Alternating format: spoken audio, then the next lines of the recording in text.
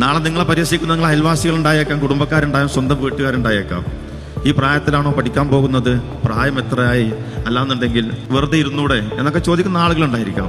ഇവർക്കുള്ള മറുപടി, ഒരു വർഷത്തിന് ശേഷം നിങ്ങൾ ടീച്ചറാകുമ്പോഴാണ്. ടീച്ചറായി അവരെ കുട്ടികളെ പഠിപ്പിക്കുന്ന സമയത്ത് നിങ്ങൾക്ക് കിട്ടുന്ന ഒരു അഭിമാനമുണ്ട്. അത് പറഞ്ഞറിയിക്കാൻ പറ്റാത്ത അഭിമാനമാണ്.